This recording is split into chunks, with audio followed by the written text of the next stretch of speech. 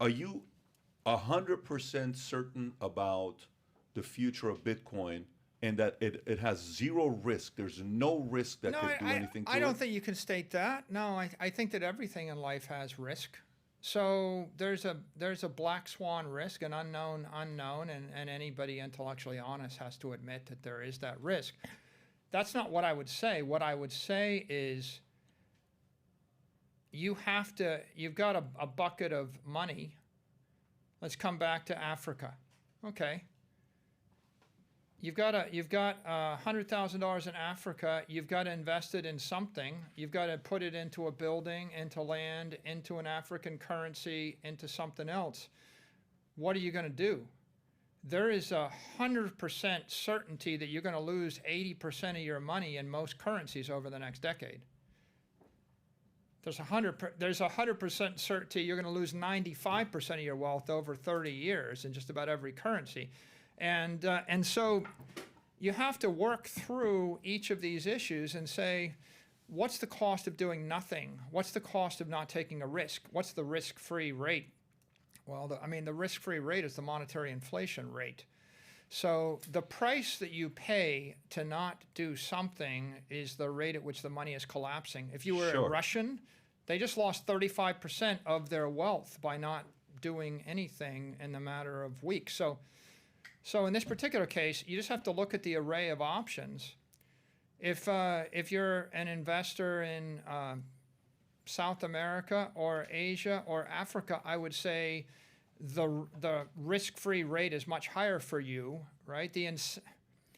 Like you're in Lebanon, what are you going to do in Lebanon? How about Afghanistan? How about Iraq, right? What are you going to do? In all those situations, they're thinking, maybe I'll trust my money to Tether.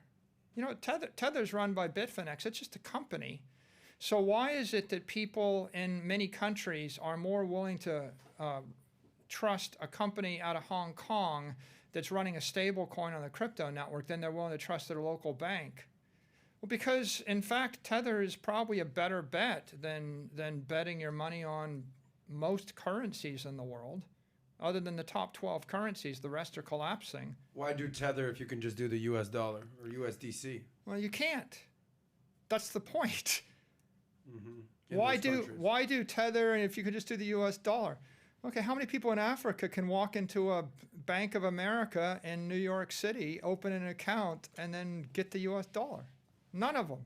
That's the whole point. Right? And, okay, I did it. I'll give you an example.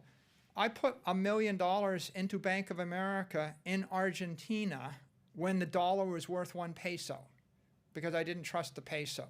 I did it. What do you think happened? The government basically shut down for 1 day.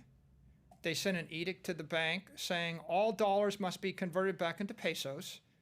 Then they went off the dollar peg and they devalued the peso 10 to 1. And I lost 90% of my money. Okay.